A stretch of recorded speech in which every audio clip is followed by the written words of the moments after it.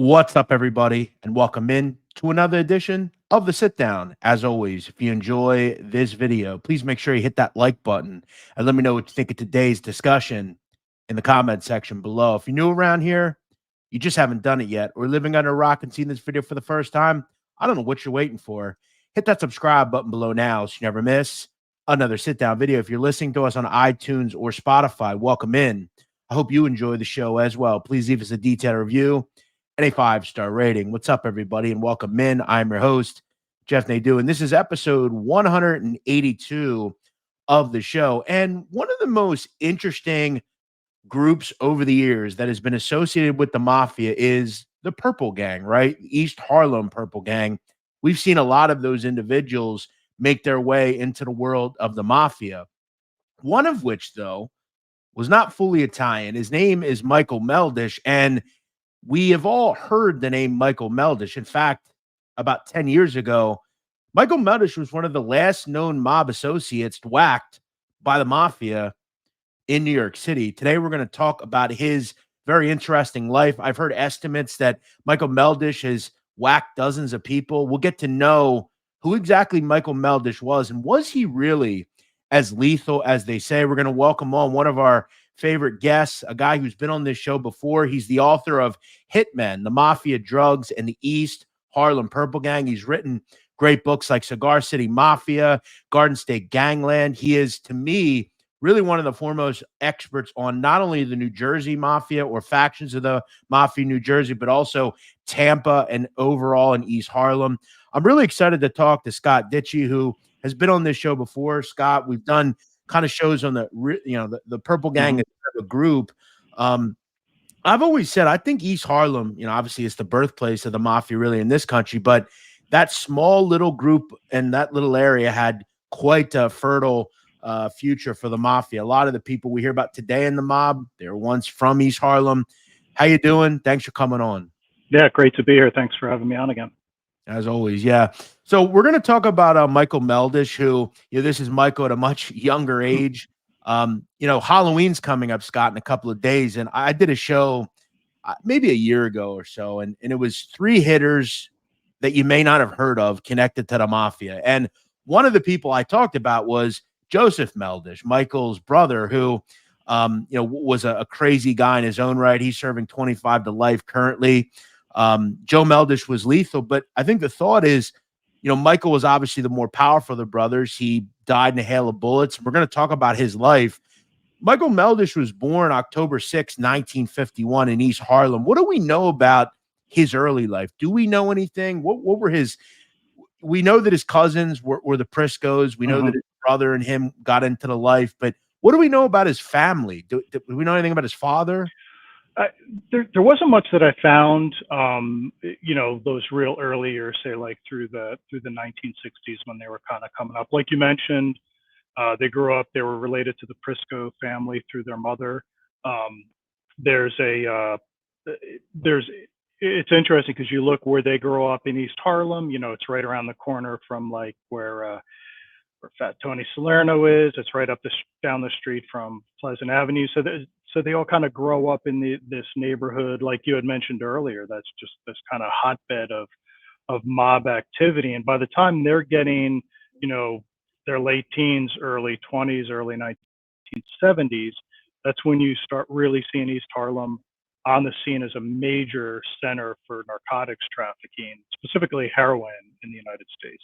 Yeah, and that's obviously the one of the big myths, and I'm sure you'd be a great resource for that. One of these myths is that the mafia never was involved in the narcotic business, but today we see like drug cartels do that, but the mafia was the original drug cartel in this country. Your Nicky Barnes, your Bumpy Johnsons, all these people, they were getting narcotics from the mafia, right? And as you said, East Harlem, Pleasant Avenue was kind of the thoroughfare for that. We're going to talk about some of the Johnny Echoes and the Tremontis. I've talked about Carmine Tremonti, which I'll ask you about. I mean, he's arguably one of the largest drug traffickers ever. John Ormento, people like that. But I also, and I'm sure you know this, and you've written about it. East Harlem was the original Little Italy in New York, right? Like from, let's say, the 10s, 20s, 30s. There was a huge amount of Italians in that one little vicinity. Yeah, if I'm not mistaken, it was the largest Italian neighborhood outside Italy in that early years. You know, that first great wave of immigration in the early 20th century. So like you said, people think of Little Italy or even, you know, Arthur Avenue in the Bronx as kind of being the Little Italies, but East Harlem was the original. And Harlem, as far as Manhattan is concerned, I mean, it's so kind of, you know, cultural, right? You got Spanish Harlem, you got East Harlem, you've got, you know, obviously Black Harlem, right? Where, you know, that was really kind of where the Black Renaissance came in, right? Mm-hmm. And you know, the 40s, the 50s, you know, you had all the things going on, the Apollo Theater. But I want to talk because you make a great point in your book, which I think is one of the better books about the mob or something associated with the mob. You talk about how one of the reasons the Purple Gang became so prominent in the mid 70s is because all these big drug barons that were from East Harlem were moving drugs in East Harlem were either off the street, you know, they were gone, right? And we've heard about that in like things like Goodfellas. Like a lot of people don't remember that, like Bent Vena, Billy Batch was involved with, you know, Ormento and Vito Genovese and all these big heroin kingpins. You know, Joe Beck, D. Palermo, they were around, but they were more in lower Manhattan. Tremonti, he was now kind of in the upper echelons of the Lucchese crime family. So it was this young group coming up. And in your book, you talk about really the first kind of time we hear about the Purple Gang per se is in the mid 70s, but they were doing a lot of damage really in the early 70s. And Meldish is what, in his early to mid 20s at that time? Yeah, yeah. So the first time Meldish kind of gets in trouble, or at least the first time that I found that he gets in trouble, in 1972, he gets arrested on a firearms charge. He actually skips bail and kind of goes into hiding a little bit up in Orange County, New York. He's kind of trying to avoid the cops. He's arrested in 1974 for skipping bail. So yeah, he's 21 at that time. So around that 1972, 73, after these big busts that take out like Carmine, Tremonti, Louis the Whale, all these other major dealers, you have these young guys kind of moving into this power vacuum that become the Purple Gang. You make I've always found like one of the overarching things that I mean, I've covered hundreds of people on this channel, you know, a lot of people that people I've never even heard of. And the one constant that I've always anchored, you know, these young people, I mean, it's really hard to find, Scott, one major mob boss, one major mobster whose son didn't follow him into the life. Like a lot of these people, their lives are decided for them. And in your book, you talk about this really interesting kind of obscure chart that was put out by a criminologist called Peter Lupsha. And, you know, he had found through his study that all of the people that would make up the Purple Gang, a lot of the people you see in these photos, the Priscos, the Meldishes, the Frank Vicertos, all these people, they were all related or had been, you know, connected or close forever. Like a lot of these people from East Harlem, the Bronx, even up into Yonkers, like there was all familial connections that he would uncover, and they all kind of worked out of like the same vicinity. And that's the really most interesting thing about the mob is like all these stories kind of connect in one way or another.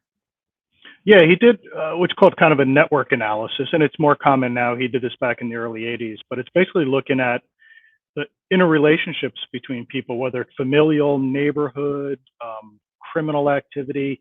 And there was this really tight nexus between like the Meldishes, the Vicertos, you know, some of the older guys like Johnny Echoes you mentioned, but really up into this upcoming Purple Gang. These are all like neighborhood guys. The other thing that's really interesting is they're all kind of the same generation. They're all in their early 20s. So they're all that kind of same age cohort. So that kind of also helps kind of become this glue that holds them together for, you know, for at least maybe close to a decade before things start splintering off. You know, we hear a lot about mob farm teams. You know, I've done a lot of work on, you know, the Giannini crew and the Bath Avenue crew and the Tanglewood and all these guys. And you know, these are all kind of like ragtag groups of young kids that were kind of revolutionaries. The Purple Gang was more of a unit of people that were moving a lot of narcotics. They were very feared, and there was no real power vacuum in that neighborhood at the time. Look, you had obviously your big people, but these kind of street corner things, the Pleasant Avenue type places. And you mentioned Johnny Echoes, Campopiano. Like, this is a guy who, I mean, he made a ton of money selling narcotics. And look, a lot of people don't know, and I know you know this. Johnny Echoes is he the Jimmy Two Times guy? That's what I've heard that from a number of people. Yeah. So from Goodfellas, that would be him. But like you mentioned, Louis the Whale, like he was a big heroin guy. Yeah. But these guys came in at such a great time. I'll ask you, can you kind of tell us who were some of the original members, right? So like you obviously have the Meldishes and Prisco, and but we've heard like Danny Leo came up in the Purple Gang, Michael Mancuso, all these people. Yeah, real quick before I do forget, one interesting thing about Johnny Echoes is, again, we're talking about the early 70s when Michael Meldish is on the street, Johnny Echoes. They made a lot of these guys, even though the Purple Gang kind of splinters off by the early 80s, still maintain these connections. And in fact, Michael Meldish was arrested with Johnny Echoes in 1997 for narcotics dealing for narcotics violations. So going back to this thing of, even though the gang itself had kind of split, there were still these connections between some of the members. But back to your question, though, some of the original members, you had the Meldishes, the Vicerdos, you had guys like Monk Ancisi, Scoopy Chiappetta, the Della Valles, some of these other guys who, Joe Butch Messina. So there's a reason that a lot of these are not like household names, is because some of these guys didn't last very long into the 70s, into their career. But there was probably a core group of about 30 guys that was kind of that original core of the Purple Gang. And then guys like Danny Leo come in, Michael Mancuso come in. Even Matthew Madonna was a member for a little while. Then, of course, he got arrested for narcotics in the mid 70s. So some of these guys kind of were there for a couple of years, and they either got killed or arrested. So that early core group by the late 70s, you also see other people. Richard Rocco is one. He's an associate of Frank Vicerdo. So yeah, so there's a couple core guys that kind of span the decades, but people also move in and out depending on circumstances. It is interesting because like we look at all these farm teams and they all have all similar trajectories. Some, go to prison, some then become made members, some cooperate, some die. And it's the same thing with the Purple Gang. The one thing though that I've noticed about the Purple Gang is these are your most dead set gangsters, right? None of them ever flipped. None of them ever talked. They were kind of old school still. They were all born in the 50s. They weren't these kids born in the late 60s or 70s where by the 80s and 90s, they're kind of these, brash kids that think everybody owes them everything because who their fathers are. They're still kind of dead set in. They had to survive, do what they had to do. Do you know of any because the one thing about Meldish that we notice is, and we'll figure this out, the big issue that he had in his life was he wasn't fully Italian. So he was never going to be that made guy. Do you think he kind of had that chip on his shoulder that he was always just going to have to kind of be the guy because he was never going to be Danny Leo or Prisco or whatever? Yeah. And, the other thing too, is he kind of hits a plateau, and then like you see the stuff he's arrested for later on, or, he's still doing low level stuff, 20, 30 years later. So that, that definitely kind of limits the ability to earn, maybe not so much earn, but certainly his ascension into ranks. And, I've talked to a lot of people that knew him, met him in the later years, and, cops would have one kind of view of him, and other people say, oh, he's a real nice guy. We used to see him at the bar, like Rayo's or other places. And, he'd always smile, be nice. But, in terms of the underworld, you look by the early 2000s, or even before his death, he's still not really running around in, the upper echelon circles of organized crime. So, yeah, to your point, I think that does kind of limit, how far you're going to get, especially in this time period. So. Absolutely. One of the things we hear about with the Purple Gang is they were pretty lethal people, and we've heard, I mentioned Joey Meldish, but Michael Meldish was suspected in the 70s, even into the 80s, mostly 70s. He was a suspect in a lot of hits. I mean, you mentioned some of the guys that were part of this group that were taken out. I mean, Chiappetta was killed in 75. Joe Butch Messina, he was involved with this group. Why are some of these people taken out? I mean, they seem to have reckless abandon when it came to they were the only people moving narcotics. And if you were involved and you weren't getting down or laying down, you were taken out. There were a lot of hits involved in this group, weren't there? Yeah, and the two you mentioned, Chiappetta and Joe Butch, Meldish was a suspect in both.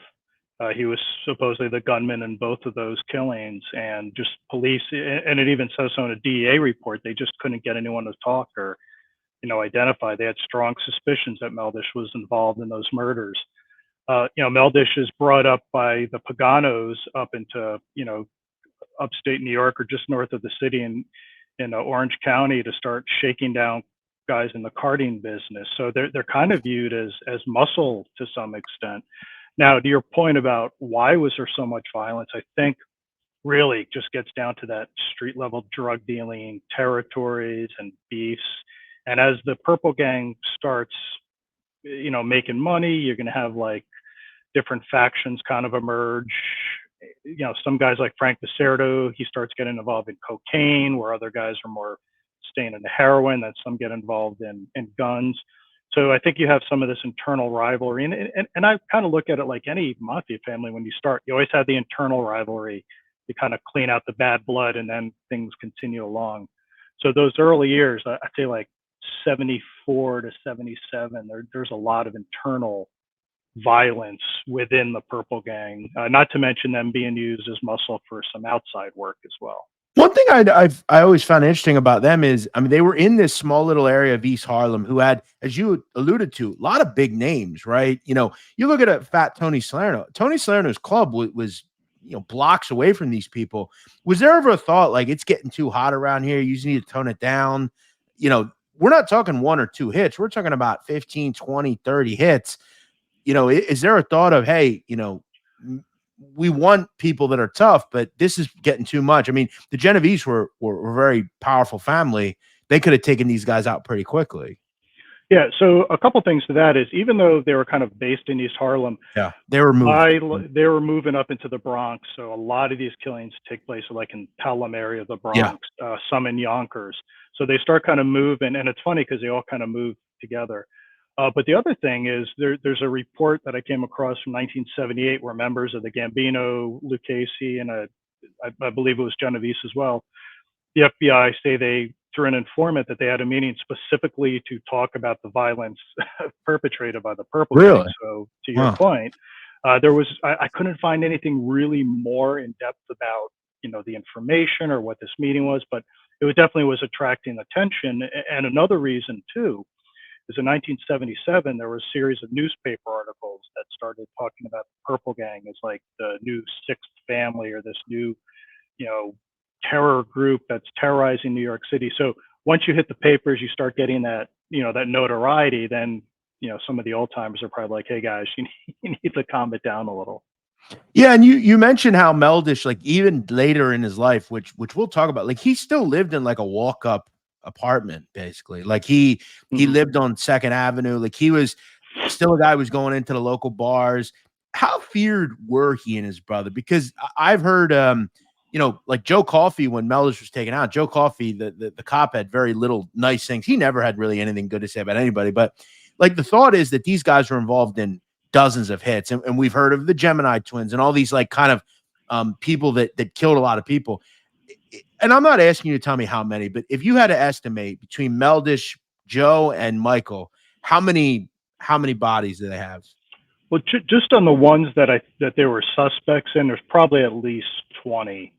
Now, that depending on what you read, I've seen some like talking like over 100, and that's not really tenable for the amount of time they were on the But if it's 20 or 100, it's still a lot, right? Yeah, absolutely. And a lion's share of those were in the 70s. Now, Joseph Meldish, like you mentioned, he's in prison now for killing he committed in the 2000s, early 2000s, late 90s, early 2000s.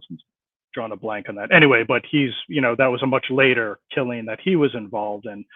But like Michael Meldish, the last 15 years of his life, there wasn't really violence. It was narcotics. So he did it all as a young man. Yeah, a lot of this was concentrated in the 70s. And one thing, and I might have mentioned this last time we talked about the Purple Gang in general, but one of the things I really did not realize until doing the research is how violent the 70s were generally within the underworld, especially in the New York City, New Jersey area. Just even taking the Purple Gang out of the equation, there was a lot of internal violence, and in the underworld in the 70s. I mean, I think New York in general, really, as you alluded to, like in, whether it's Black community, Spanish, I mean, there was a lot of bodies, man. I mean, we talk about now it being violent in New York, but I mean, back then it was pretty it doesn't even unbelievable. compare. Yeah.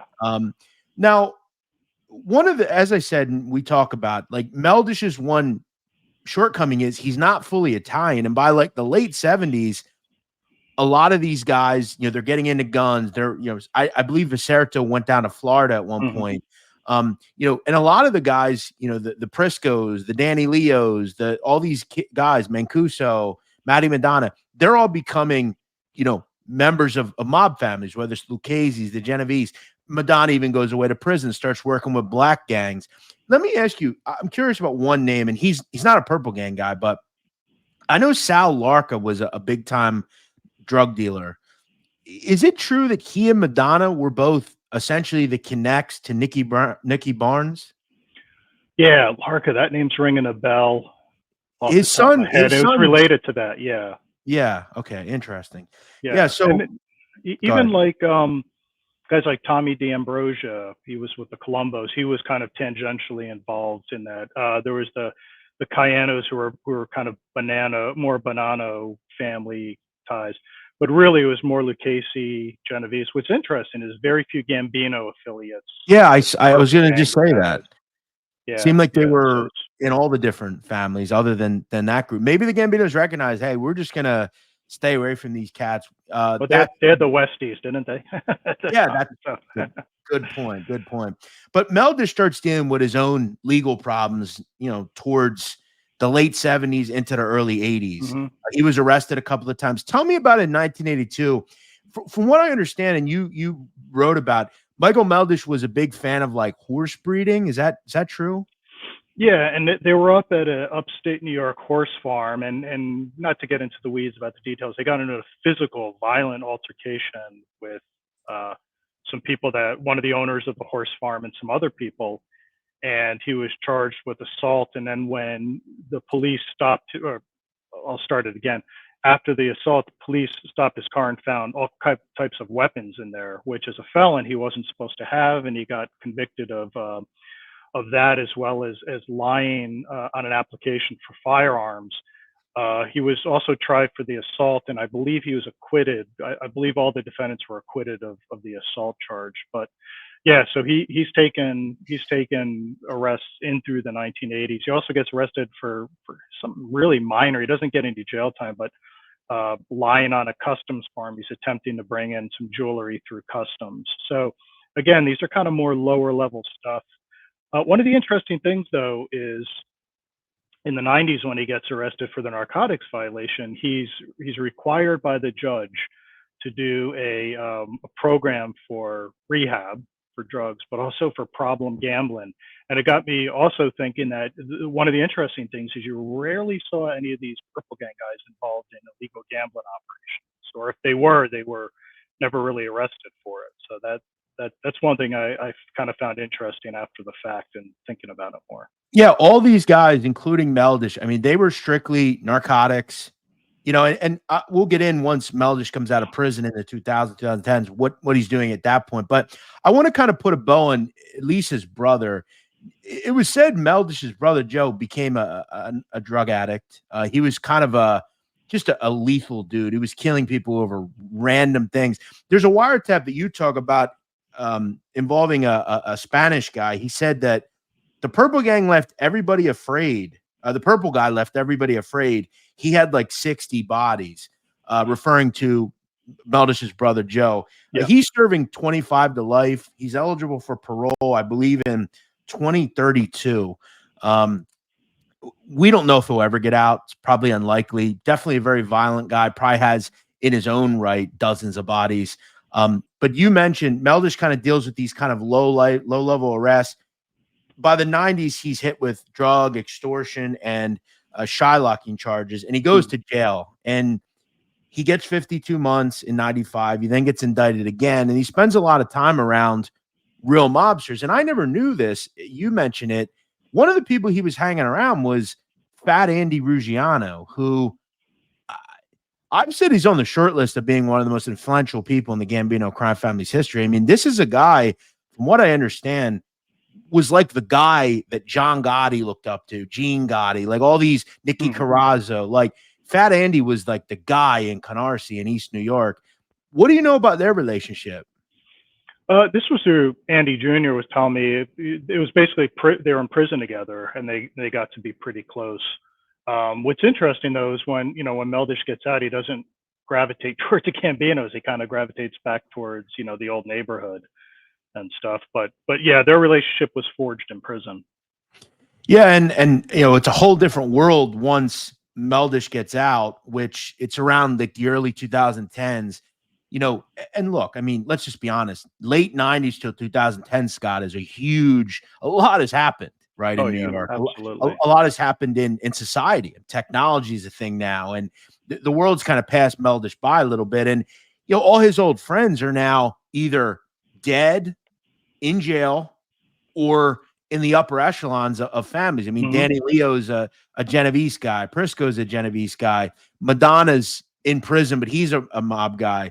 Mancuso, all these people. His brother's locked up. So he comes home to kind of just, what do I do now? I've always said it's not like these people go and become greeters at Walmart or restaurant workers. They go right back to what they know. What kind of things was Meldish doing by that point? I mean, he's got to kind of get back into the swing, but those rackets are kind of gone now. Yeah. I've heard a few different things after the book came out. People reached out to me, that he was still dabbling in narcotics, that he was trying to get back, and he was hanging out more with Bonanno guys because Mancuso was made into the Bonanno family, and they had a relationship that dated back from the Purple Gang days. So just from stuff I've heard from people, take it for a grain of salt, but that he was trying to align himself more with the Bonannos. He was also kind of aligning with the Lucchese's as well at that time, but still nothing of, in terms of substance, racket wise, it definitely was still kind of the same stuff he was doing previous.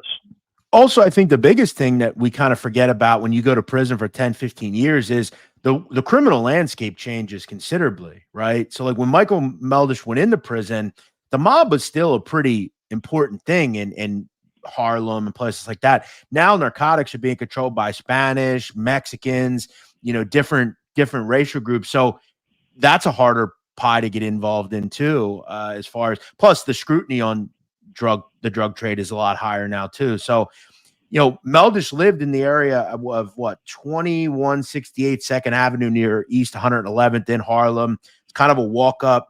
I want to talk about, and you've done this really well in your book, to talk about some of the issues he started getting into with other families. And he tried to maintain consistency with the Lucchese's and Bonannos. But what I always find interesting, whenever there's an issue arises between men, a lot of the time you can look back to a woman as maybe the cause of it. And we fast forward to mid 2011. Meldish is at Italian festival in Harlem.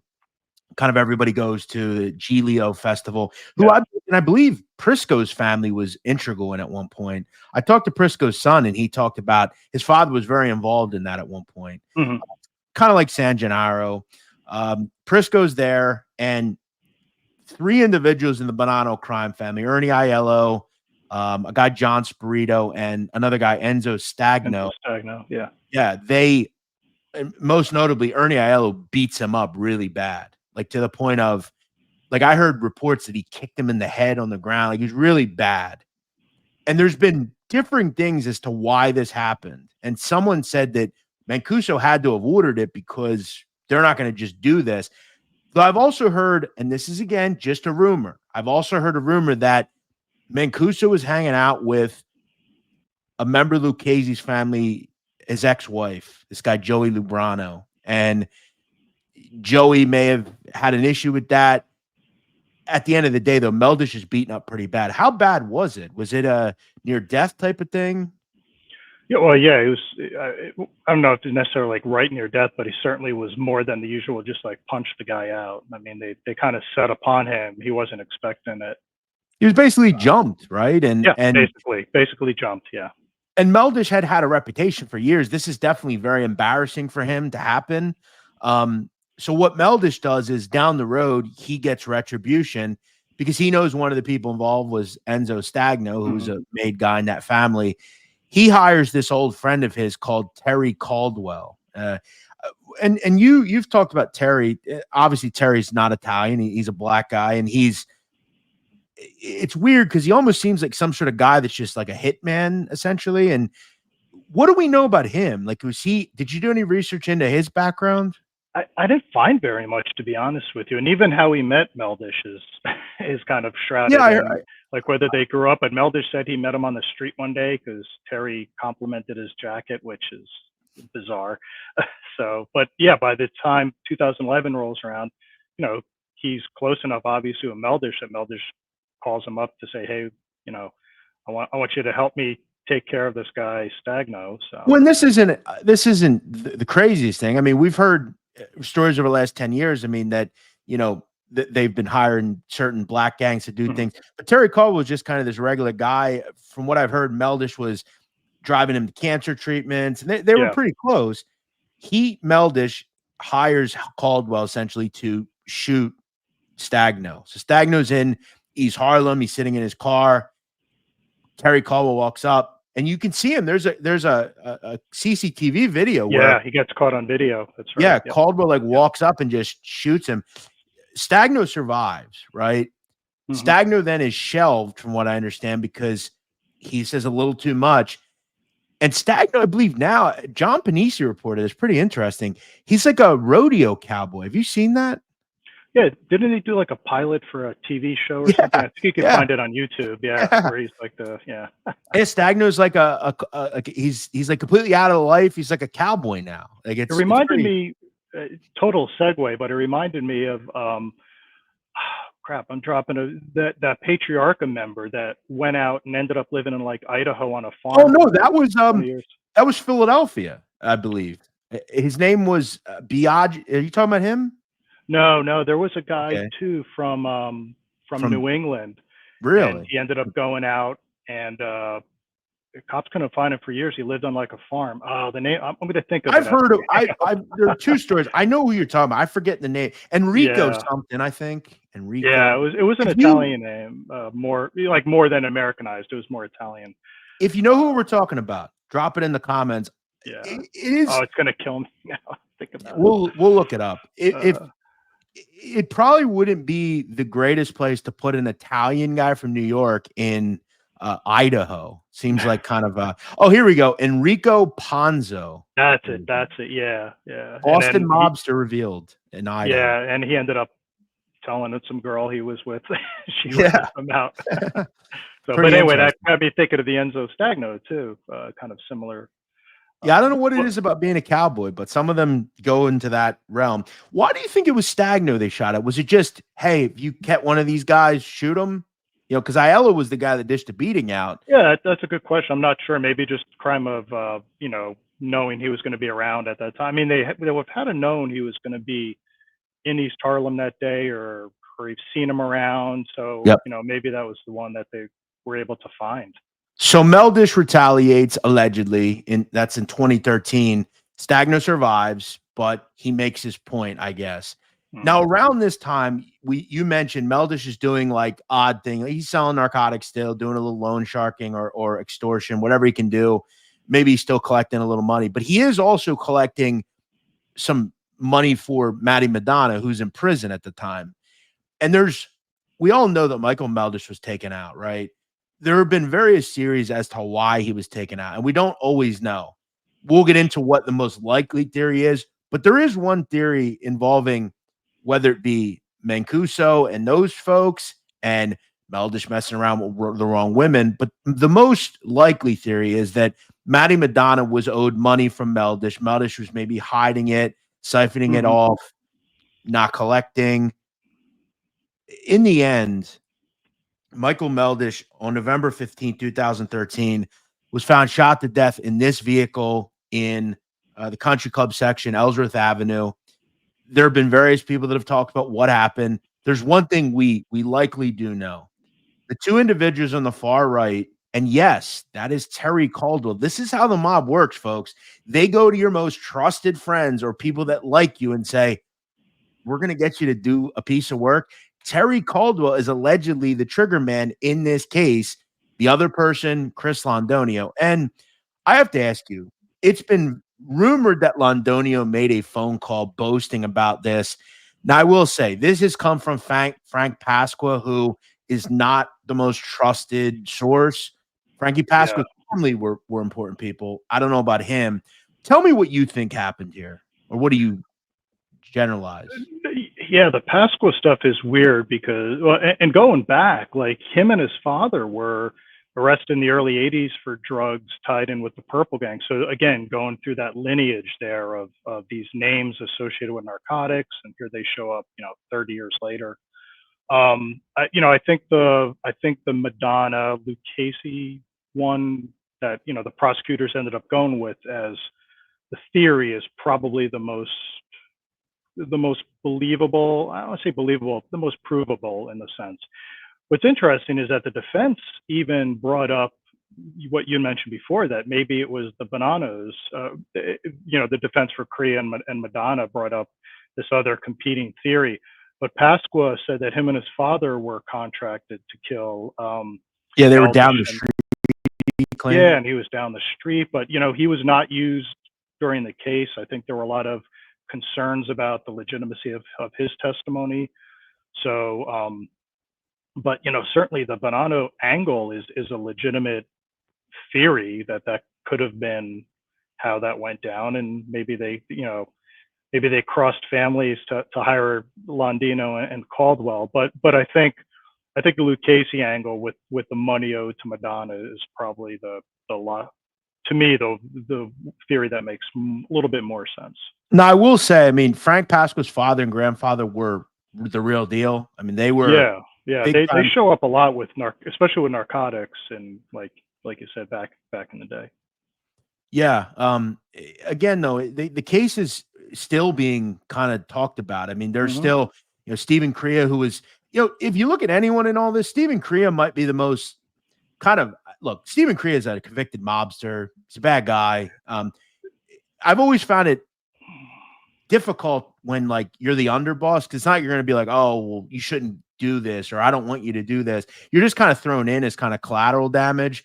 That said, we do know that Stephen Crea's son may have been on the street and ordered certain people to do things. So a lot of people are on the hook for this. All of these people are serving life for this crime. Meldish really just goes down as kind of a cautionary tale. I guess I'd ask Scott, I mean, if Meldish is Italian, right? He's a made guy, becomes a made guy.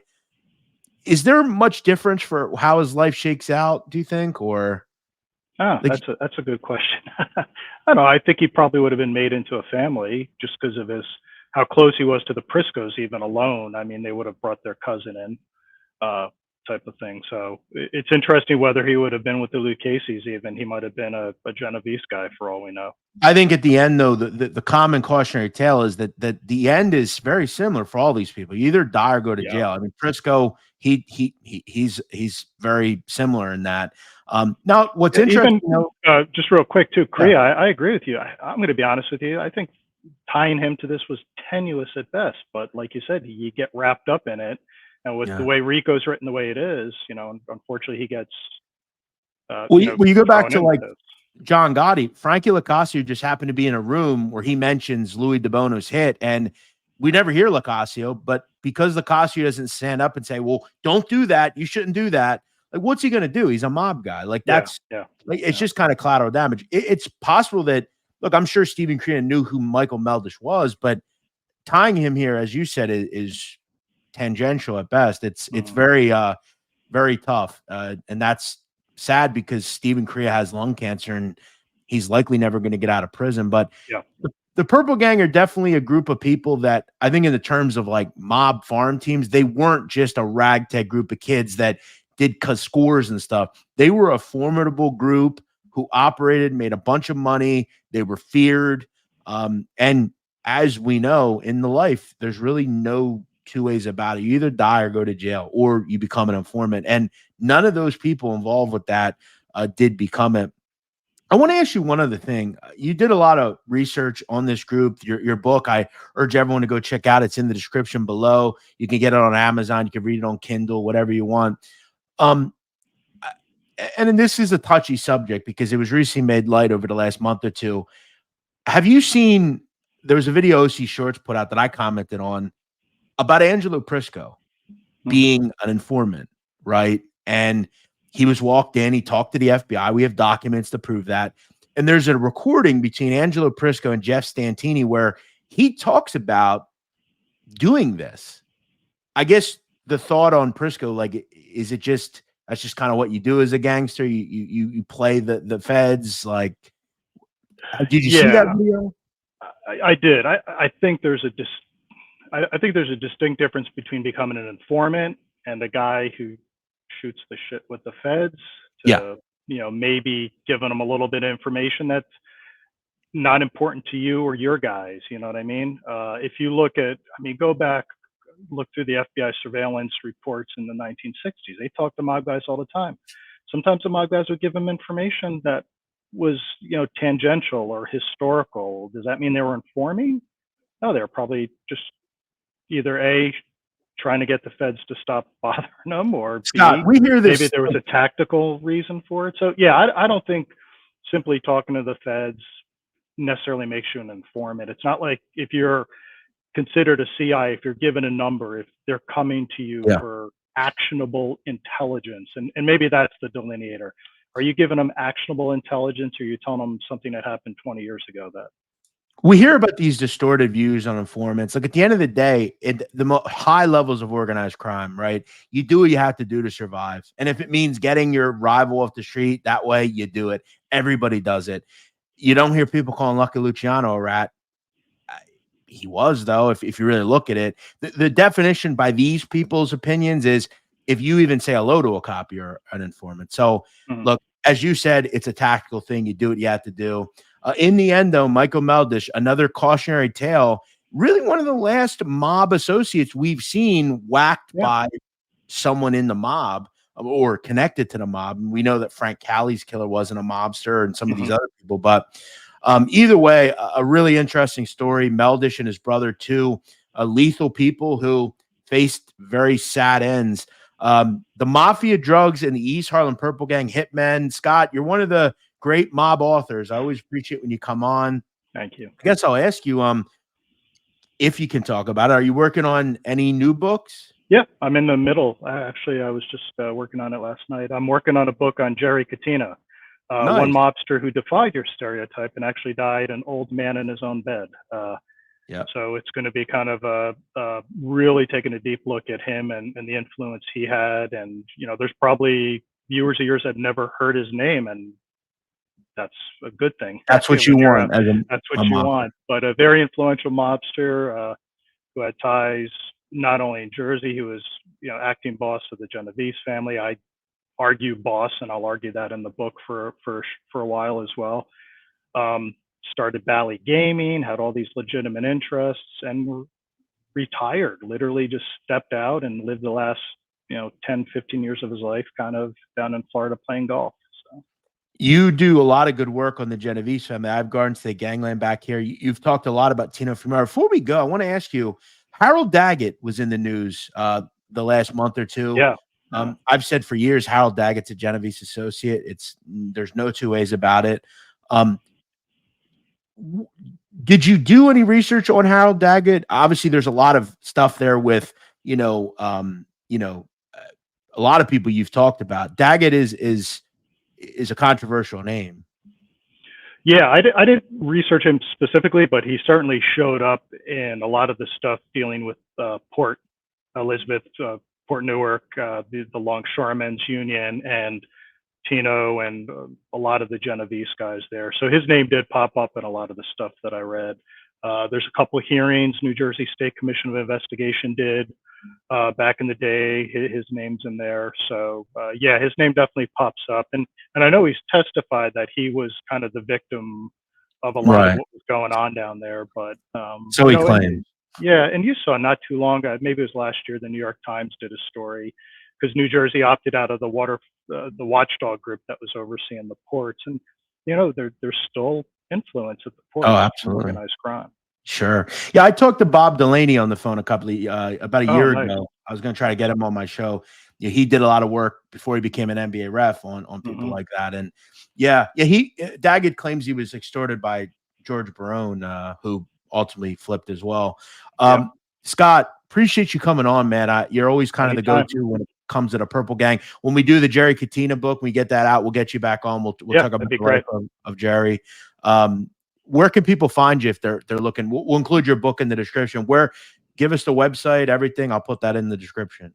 Yeah, I'll give you the easy website. Go to tampamafia.com. You can find out. You can link to my own personal page, information about my books. And if you're in the Tampa area, you can come on one of our Tampa Mafia tours. So tampamafia.com is the easiest way to find my information. You're definitely a foremost authority on Tampa for sure. Jersey, places like that. And you do the tours, which not a lot of people are doing. You're keeping the world alive down there in Tampa. Scott Deitche, thank you for coming on, man. I really appreciate it.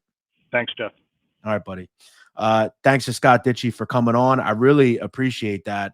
What a great resource to have when it comes to you're looking into people like the Purple Gang, Michael Meldish. Definitely a cautionary tale, but that's the life these people live. Yeah, that's that. I hope you enjoyed the video. Thanks again to Scott Deitche for coming on. Check him out, tampamafia.com. Check out his book, Cigar City Mafia, Garden State Gangland, the Purple Gang book, and also a book on Jerry Katina coming out very soon. Thank you for watching. Thank you for listening. Have a great Halloween. We'll see you next week here on The Sit Down.